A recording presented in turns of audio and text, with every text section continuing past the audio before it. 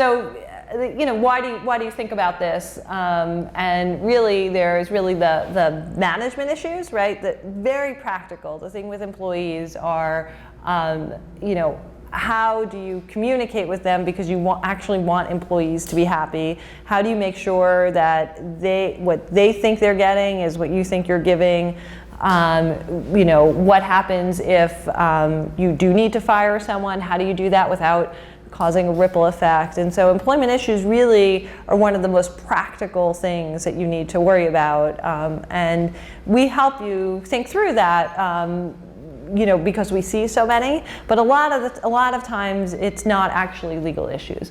But there are, sort of the legal costs, legal fees, corporate liability, individual liability damages. There are things that can go wrong, right, where you're sued by your employees. But, really I think that the main thing is that you want to make sure that you have a team that is excited to be there and is productive. So what we're going to talk about are, oh, sorry, I thought that was another. But so getting it right from the start is, what do you do? In terms of getting applicants, the application, the interview, background check, offer, parting ways. So these are the things that we're going to talk about in terms of making sure that you're aware of the issues as you hit them in the life cycle of your company. So. When people think about getting employees, it really is, even for startups, it's very typical for you at a small level and then very large companies. There's really a word of mouth element, and then it's just using headhunters and online. And there's really no legal ramifications of doing any method. So for example, we've talked about issuing equity, and if you offer your equity online, there's a huge legal ramification if you just say, I'm selling some shares in my stock. Really here, you can do however, big companies, small companies, all really do it the same way. Okay. Yeah. So does that mean though, if you suggest in an online ad that stock options or equity might be part of the compensation package, is that kosher? No, that's totally fine, yes. So what's interesting about that is that you would be saying that you have to come work. I mean, that's just part of the compensation as opposed to that it's a general offering or solicitation. So yeah, no, it's really fine. And that we find that startups, not really newspapers anymore, except for online sort of rags, don't, use sort of very typical ways. We have actually seen a lot of startup companies looking to disrupt how startups hire, but we haven't seen any sort of take off. So it's very typical. And then a lot of, tapping into resources at schools and, in your own network. So one thing is that if you do use an application, so if you're ever going to do like a broad-based email, and that you want people before you meet with a lot of people, and a lot of people do this more frequently than you think when you're going, sort of a broad base. You might not want just people in New York, right? Or you're going to actually use a web service, or you're going to email around saying, hey, I'm looking for people. Then you actually may use an application. Like, it might not feel like a formal application, but you may email people and say, give me some information. And these are the tips that we have, is that the employment is at will. One of the main things that is confusing for people is that if you're saying, hey, I'm thinking of hiring someone, it's probably like a 2-year position, that you're not really guaranteeing employment for 2 years, right? So even if you think like, hey, it's very different than like a research assistant or something, right? If someone's coming to a startup, you always want to make sure like this is just at will. You come, you go, you could quit, I can fire you, but you're not entitled to wages for 2 years. And then these are sort of some of the, the more sort of robust legal protections, but sometimes a lot of people want to check the information when you don't know somebody.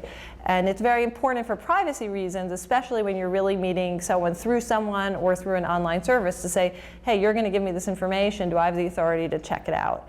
And one of the things is that there is a lot more fraud than you would think. So a lot of people say they graduated from schools and they didn't, or they worked somewhere and they didn't, or it might have been a little bit different than they said. I mean, it's, you read about some of the sensational stories in the newspapers, but it really is something that if you are taking a broad-based approach, especially with sort of remote hiring, that you check things out. It just really is important. And then some of the things that are interesting is that you actually can't ask questions about protected class, so age, race, religion, gender, et cetera. You shouldn't include that in a broad-based application. So when you meet people, you obviously get to learn a lot about them, but even then, you really aren't supposed to ask personal questions. That includes marital status, I'm assuming. Yes, yes. So I think it, and the marital status is a little bit squishy, because I think if you ask a guy if he's married and then I don't know if he's going to ever have like a claim, right? It's more on the women's side. It's sort of a weird thing on the marital status. It's just more of a personal information. Should you be careful not to ask even if you're like taking them out to lunch? So no. Stuff like that? That's not kosher, I'm assuming. Yeah, I mean, so the thing is that at a certain point you want to be social with with people, and if you're really at the stage where you think you're going to give them an offer, or you've given them an offer, it's okay to ask these questions. The bigger issue is that if you ask the questions, then especially in the application or screening process, people assume that you're using that information, right? There should be no reason. But they're reasonable to assume that, right? Yes, exactly. That's right. That's right. As time goes on, the main issue, obviously people like to get to know each other, and people know each other's, things like that. Are you married, or you're not married, is okay, especially when you're selling when you're in the process of selling. So it's a little more, sensitive. The main thing is that obviously if you're using this data and you're using that to make determinations, it's just not allowed. But the other thing is that sometimes people do things and they don't really think that it's going to be harmful down the road, and it comes back to bite them when there are people who are unhappy, right? So disgruntled employees. So like a common mistake would be, a woman's married and you say, oh, are you planning to have kids? And you really mean nothing about it. And then like 3 months later you fire it. And she says yes. And then 3 months later you fire her. And then she says, oh, we fired me because I was gonna have kids, right? And so those are the things that just get a little sticky. Now, obviously if you don't have a pattern, if there are other reasons, other protections, that's okay. But that's sort of where this becomes important. I think people used to think that you could just have like an employment form as an application, and when someone's employed, you actually can get a lot of stats on them. You actually could ask them, how old are you, how would you identify your race, religion, gender, right? You could actually do that, like on the first day of employment. You could say, yeah, I ask all my employees this, and then it might be okay. It's just in the application process, especially when it's blind, right? Like when you're emailing, when we do a lot over the internet. This would also include not requesting, for example, a photo. Yeah, no, you could. So a photo is an interesting thing, especially now. I mean, there are other reasons to want a photo. Yeah. And so you could request a photo.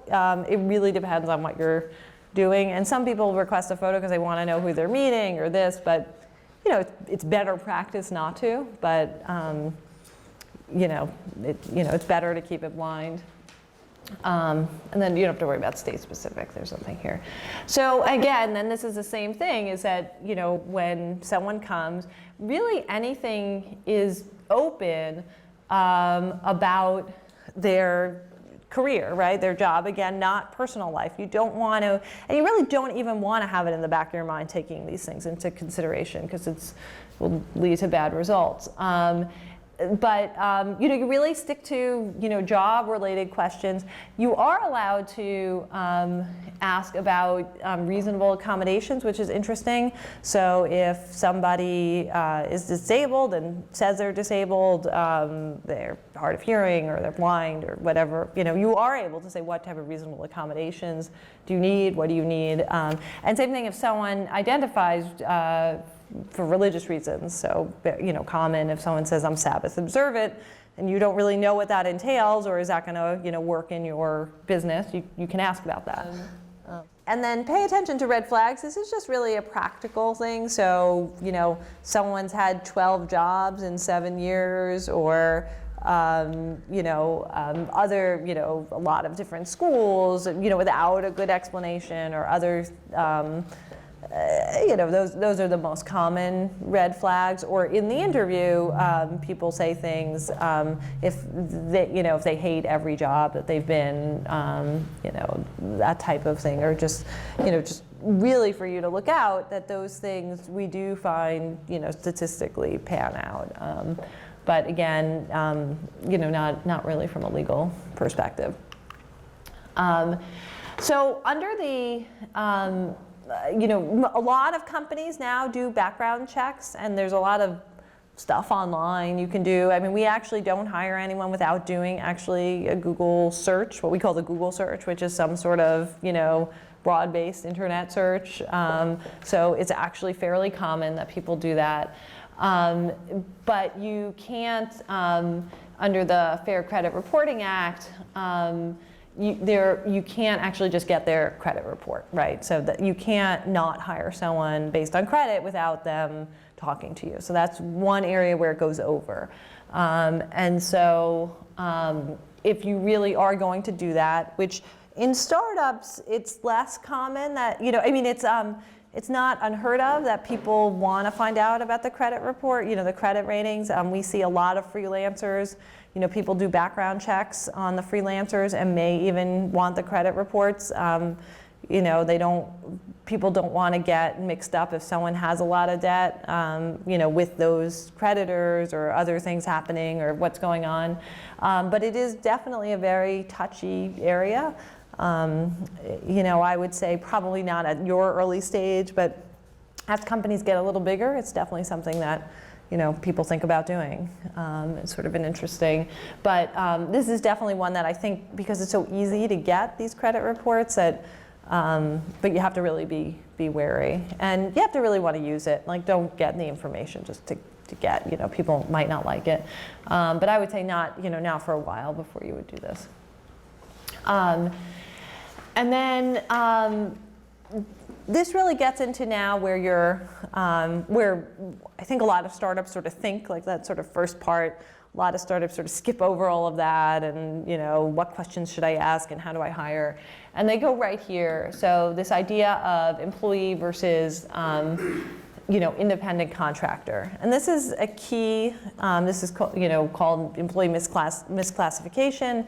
There's a lot of lawsuits on this, and, you know, probably the two biggest issues that investors have with startups is this, and then owning your IP. And so the main thing here is that at a certain point, someone who you think is a consultant is really an employee. And it's very important that you treat them as an employee because of withholding. You have to withhold, you have to pay taxes, you have to have workers' comp insurance. And you know, really our system is set up that if someone's an employee, they are entitled to certain rights. And it isn't like a lot of countries where you have tons and tons of rights, but there are, you know, a fair amount of rights that go along with being an employee. And states are very, very particular about this, and you can get into a lot of liability, mainly tax liability or unemployment or workers' comp insurance issues. And so you know, it's a facts and circumstances test. And it's not how many hours you work, right? You can be a part-time employee, right, or a full-time consultant, right? So it's not, a lot of people think, oh, if it's 40 hours, it's an employee, and if it's 20 hours, but that's not the case at all. That it's, you know, the first one to me, I think is really the one for startups that is the most salient, and it's really free from supervision, control, and direction. The others are in business for themselves or offer services to general public. But going on the first one, really, everyone can quit at any time, right? But if you have a consulting agreement, and my consulting agreement says you're going to perform these services for the next 2 months, and let's say it's, you're going to help me research, my cure for cancer, and you're going to come in, and I'm going to pay you $1,000 a week to do that as the company. If you come in and then I say, you know what, today I want you to sweep the floor, that consultant can say, no, that's a breach of my contract, and you have to pay me for the rest of the 2 months, right?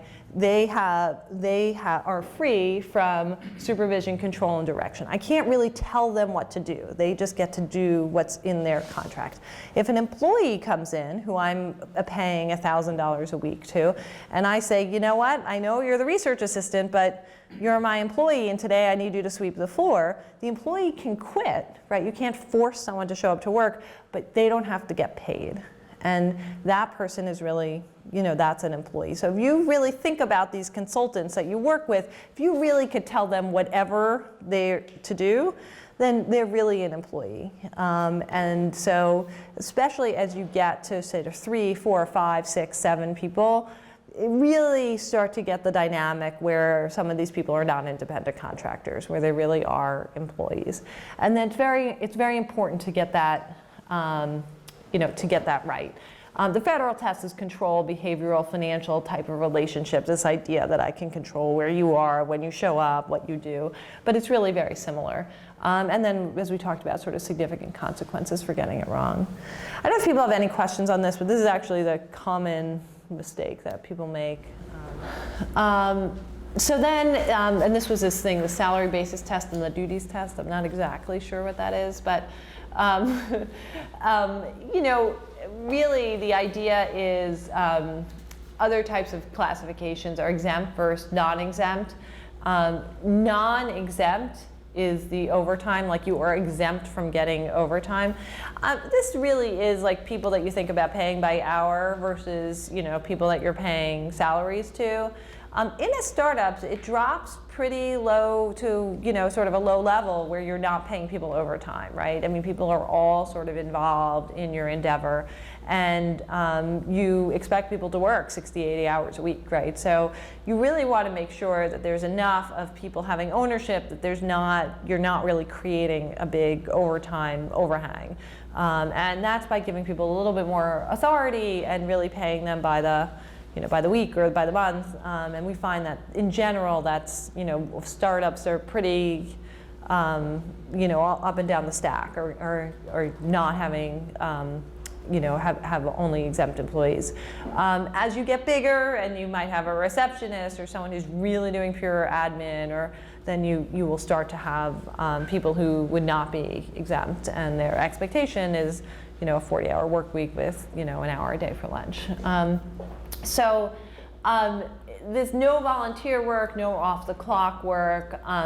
This is the same thing, and we can come back and talk about interns. It's the same idea. So very strongly embedded in US culture are two things. One is no slavery, and the other is minimum wage, no taking advantage of people. And so those things, those bedrock principles, which took a little while for our country to adopt, now are really, really important. And so there are very strong laws, probably our strongest labor laws against those things. And so having people work for free or do volunteer or work off the clock is all seen as abusive. And so even if you have, a college kid that loves to do it, and with the rich dad or mom who's paying for them to do it, you really want to pay them for employment. And also talking about consideration issues, that it's really difficult to get around these, to have people doing stuff for free,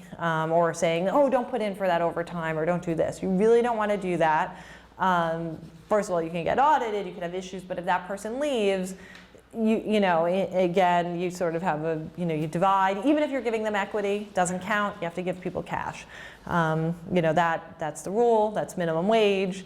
There's really no way around it. And all the companies that are not doing it, they're violating the law most likely, or they have found a way to have an intern that really is an intern. And we have seen a lot of companies able to structure around interns because the schools now are so helpful in sort of structuring real internship programs, so you might see more interns, but in general, it's something to really be careful of. And we have seen it more and more become an issue as companies get bigger. You know, if you're 5 people, you might be under the radar, but it doesn't, you know, it doesn't make the issue go away. And this is a fundamental thing. Define a real intern program. So you really have to, so if a school has an intern program, you could be a part of like, you know, like I know like Brooklyn, is parts of some of the schools in Brooklyn, I can't remember, it might be Polytech, you know, NYU Polytech, they actually pay or provide the credit and then have, it becomes free to the companies, so like they have that, what's that? Oh, okay, yeah, I don't know what it's called, but they have that incubator space in Brooklyn, right? And so all the companies there get students from Berkeley Polytech, but the school is like running that whole program. So it's free to all the companies and they're actually doing fine, but it's because it's either for credit or for pay, all back at the school level. The other way is that we have had startups try, you know, sort of structure programs where it really is an educational experience for that person, and we've helped people do that. You don't have to do that much, but it really, an internship has to benefit the intern more than it benefits the company. And so getting you coffee every day is not benefiting them more than benefiting you. And you know, again, we see a lot of this, and a lot of people, you know, in a tight economy want to take whatever experience they can, paid or unpaid. But you really have to be careful. The second thing is that if someone's doing anything critical, if you don't pay them or give them any consideration, you don't own what they do, right? And so that we see as a big problem, right? So if you're working somewhere, you know, if someone's working at one of these startups and they come up with a great idea, if you've paid them $10 an hour, you own it. If you haven't paid them anything, then, you know, down the road they can say, oh, I own that, you know, you have to pay me money. And those are the real pitfalls here. Did you have a question? Actually, it was a Yeah. question. Yeah. And we can help people here if you do want to have interns. There are ways to do it, but you really need to be careful about it. And then again, there are substantial penalties, you know, which is basically what I was saying. I mean, this is the area that's just very sensitive, very strong laws here that you need to just be wary of. So, and then, so this is actually something that's very interesting, the offer letter. We have a standard form offer letter that we give. I would say, you know, companies are not so religious about using it, and we're probably not so religious about forcing them to. Our employment person really thinks we should, you know.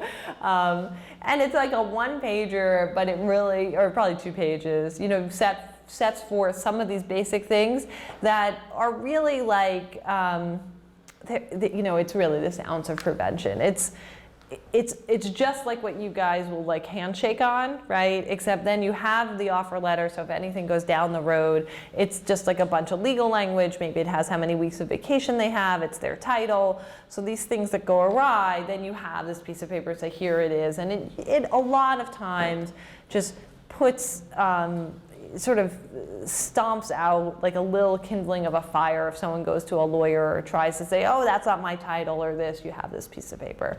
And it's actually very easy to do. So as you are hiring people, it's really, you know, it's nice to do an offer letter. You know, you tend not to sue on that, you know, and so people think, oh, I don't really need it, but it's nice. I mean, you know, I give the example, I have a nanny for my son, and, you know, non-lawyers all did these like contracts with their nannies, which I always thought was so funny, right? They were like, well, don't you have a contract with your nanny? I'm like, well, you're gonna sue your nanny if they don't like, tell you that your kid watched Sesame Street or, but I did do, like, on a piece of paper, wrote down, a few things so that we were in agreement. And one of them, as I was saying, was that she always got this week off in May to see her family. And last week was that week, and it's terrible. But it's on our little scrap of paper. So,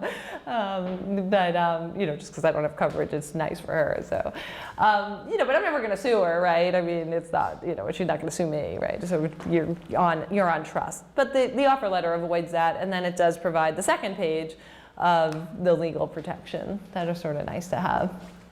And then the last thing on the severance release, the reason that it's written there is that if you give a release, you need extra consideration for the release, right, in order for a release actually to be enforceable. So if you ever get in one of these sticky situations where you are terminating someone where, maybe they're threatening to sue and you want to give them some severance, or you feel bad and you're going to give them severance, or if they're in a protected class, and you're terminating them and you've negotiated, in order for the release to be enforceable, you need severance. And when you give someone severance optionally, you might as well get a release unless you really don't care about it.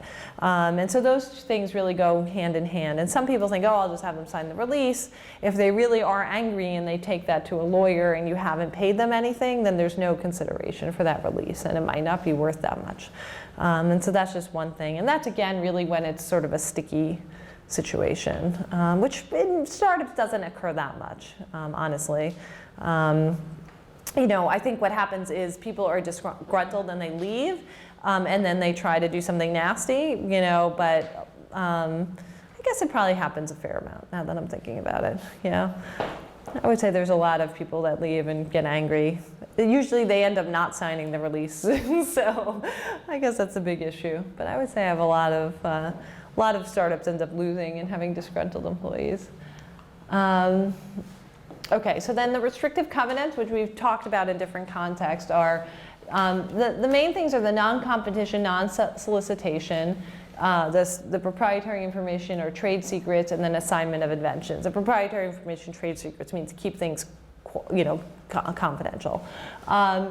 And the non-competition and non-solicitation usually is only for more senior people. You tend to, after you're going to have a lot of people doing admin work or other types of low-level work, it doesn't, it sort of probably won't be enforceable and becomes unfriendly to have, these non-competes and non-solicits.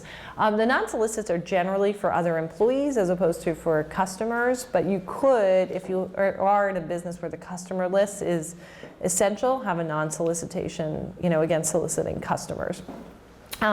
Every single person, no matter what level, should sign an NDA and should sign assignment of inventions. And we actually have them as two separate forms because of that. Some sign both, some only sign one. And then this is for the, for all of these, there has to be some reasonableness standard. It's very easy to overcome the confidentiality, right? I mean, this is your information and, it's reasonable to protect it. The same thing on assignment of inventions. The non-competition and non-solicit, really differ state by state. And, you sort of need this, the scope. The thing on the consistent enforcement is it works better if you don't release some employees or not release others. You don't have some people at the same level signing a non-compete but not others. But you basically say everyone, this level, VP level and above, you all sign non-competes and it's all going to be enforced and they're all 1 year, right? So the more consistency you can show that this is what was important and this is critical to us, right? Like a 1-year non-compete was so important that we had every single employee sign it of this level and above, and we never released anyone. If you start to release people, so like, you release Livingston and Page, but you don't release me, I'm going to be like, well, how important could it have been? Like, they're competing, you're just doing it to be punitive to me. And in that case, you could have a really good case that the non-compete shouldn't be enforceable because the company didn't really care that much about it. And so I don't know if you guys have these, but these are, again, we have forms we could provide, but you really should be using these. And And then this is, really the, the package that you provide, which sort of the base, the salary, the wages, and then how much equity are they going to get, and then you usually, you will have a written agreement, which, lawyers would help you with. And then the paid vacation, it is important to put that, because expectations could be differing. And then health insurance, and then other employee benefits, 401k, and obviously that's as you get bigger. And one thing to know is that you really, in general, you should think you need to give everyone everything, right? You can't say, I'm going to give you some health insurance and you 401k. You really have to, give everyone the same opportunity to participate in these benefits programs. And then this is really sort of, again, sort of start with an eye to the finish, is things, sort of best practices for as people go through, and especially for terminating people. The more records you keep, as I was sort of laughing about before, about people not sort of leaving, in a huff and being angry, the more you give people a heads up as they go that their performance isn't working, the better, the more it comes as a surprise. People a lot of times think for employee morale, it's better to tell everyone, oh, it's fine, it's fine, it's fine, and then you terminate someone right away. That's actually worse. It scares everybody if they think, oh, that could happen to me. I thought I was doing fine, and now I have 2 weeks notice. So it's better to be upfront. And then, the thing about past practice, consistency, it really helps to not make exceptions. I think people tend to think it's better to make exceptions, or this one asked for this or that, but it's really better to have sort of everyone's on the same terms, everyone has the same non-compete. You don't have wide variations of salary, within a band. You don't have wide variations of equity. Employees end up talking, they end up sort of sharing information. And then the same thing when people leave, it's better not to give like one guy 6 months and one guy 2 weeks. It's really, obviously length of service can be taken into account and seniority can be taken into account. You don't need to give everyone the exact same, but some level of consistency in past practice really helps, and then you continue with that. The downside of that is that if you do something for the first 80 people and you want to do something different for 81, it's harder. It's harder to sort of break away, but it does help just overall for morale. And then obviously don't discriminate. It's a lawyer thing. And then so this again is. This is just sort of tips on discrimination. And one of the things that's very hard is this no retaliation point. So if employees are whistleblowers, even if they're not whistleblowers that you actually think that they're just sort of telling on things, or you don't agree with them, or something happens personally, you really need to sort of, as a manager, be above board. And it's actually harder than people think, right? So there are 2 employees and neither one is performing well, and one you like and you like to have like drinks with, and one you don't like. It's really hard sometimes, just sort of personally, to not treat that person you don't like worse, right? I mean, it really is, and you really don't want to retaliate against people. It really comes back to bite people. And I know people are human, and it happens, and we have crazy stories, but even when someone does something really offensive, or you really want to sort of have a measure, not offensive sort of discriminatorily, but something, we had one client where, the employee was actually just working on another business while they were there, right? I mean, and it was like so infuriating, right? So you're paying them to do something else. And so what do you do with that? And so, it's much better to, to call us and say, what are you going to do? And we had a whole course of action as opposed to just retaliating and kicking them out. And this is the hardest stuff to keep in mind. And then parting ways, this really is the time to call lawyers, even if there's not a legal issue. So even if you're, firing, a 25-year-old white guy, call us, we can walk through the steps, and even if there's not going to be a big legal liability, you likely can fire them. If it's within a year, you likely don't have to give them any equity, and it's very easy. If you haven't done it before, we're happy to sort of talk through and what to do, and how to plan and transition them out. This is one of the hardest things for everybody. If you have to fire people, I mean, it's a very difficult. And then similarly, if someone quits, like that's okay, right? I mean, again, you probably want to try to get some notice, and how do you transition, and doing that in a gracious way actually really helps. You will have people come and go, and sort of the legacy of leaving, as you guys have all probably left jobs. It's really helpful when the employer does that in a in a nice way, in a kind way. And this really we can help with, because if you haven't done it before, it's just hard, and it's sometimes just good just having a sounding block of should I do it on a Friday or a Monday? Should I take them out to lunch? Should I walk them out? And depending on the situation, should you have someone else there, or should you tell them yourself? All of those types of questions. So you can actually fire somebody for no reason, or any reason other than a discriminatory reason, right? So you can really just sort of come in and be like, we have 10 people and I need 5, and you are the 5 people who I'm firing. Well, that's a layoff, right? That's not actually. No, I mean, depends on. Without cause. The cause is you have limited resources. No, you could still fire someone for no reason. You could come in and be like, you're fired. If you get into one fight, you absolutely can fire someone for absolutely no reason. You just can't fire. That's why the whole thing about at-will employees. People can quit, and people can be fired for any reason, for any reason other than a discriminatory reason. And so you can even terminate people in a protected class. You just can't terminate them because they're in a protected class.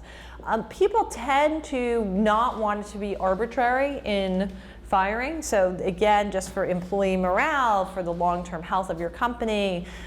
So people tend to want to, for better management, to document the reason why they're firing somebody. And so if someone has poor performance, it is way better to talk to them early and often, and it's important to give them that opportunity to come around, and not just a fake opportunity for morale. But in startups, I mean, that's probably one of the biggest advice that I hear VCs give CEOs is hire quickly and fire quickly. Startups tend to do the reverse, hire slowly and fire slowly. But as just sort of business advice, they actually are saying, look, you can't take 3 months. Hire quickly, really? Yes. No, don't spend. That's very bad advice. Well, I don't mean quickly like, depends what you think. Yeah, so I mean, the idea is that if you spend 9 months looking for the perfect VP of product development, that is 9 months. And if you did that in 2 months and then didn't like that person and you fired them in 2 months, that's 4 months, and then you could have another person in 4 months, and now you've had 2 people in that same 9 months for that perfect person. And so we find that very frequently that's sort of the advice, is that people sort of take that view that you should take this very long time, you should make sure every hire and this, but if you take the position that I can hire someone and then get rid of them, then that's okay. And that's just a culture. So like law firms traditionally are very slow to fire, right? So, you give people very, very, very long time to stay around. And so you also then hire very slowly because you fire very slowly. But in startups where the pace is very quick, that's sort of generally the advice I've heard from VCs. And again, it's not for a co-founder position, but that's the idea of the 1-year cliff also, right?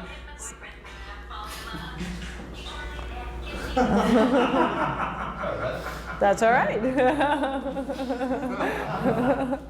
That's a good ring.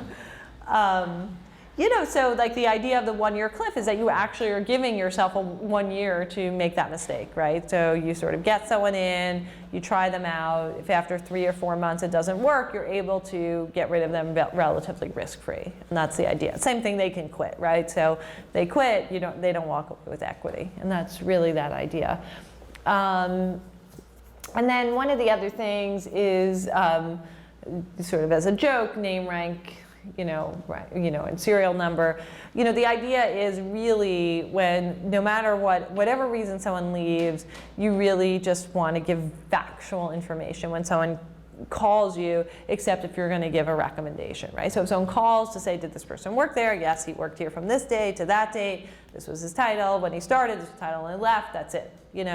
You really don't want to go into, well, he didn't tell me the truth. He was doing this. This. He wasn't really a great performer on that. You really don't want to do that. Now, obviously, in the context of giving someone a referral, it's okay to say things, negatively. Like I just recently, the associate who left, I was the reference, so they called, when did he work there? This, what are his strengths? It was great, would you hire him? This. So what are his weaknesses? In that case, it's okay. It's all in the context of, this. But again, I was very careful with what I'm going to describe as his weaknesses. I'm not going to say, well, there was this one time for this client, he really did this. You really want to be aware of sort of the liability of bad-mouthing people, the slander, defamation, issues of denying them livelihood. So. And so you really want to be careful when you talk about employees. People tend to read between the lines, right? If you say, yeah, that's all the information I'm providing, they tend to know that that wasn't a glowing recommendation, but it's enough. You don't need to say anything else. And then we talked about severance and release. This might be the last one. So, does anyone else have any questions about employees, about issues you guys have been seeing, your own employment? Thank you. Cool, thank you.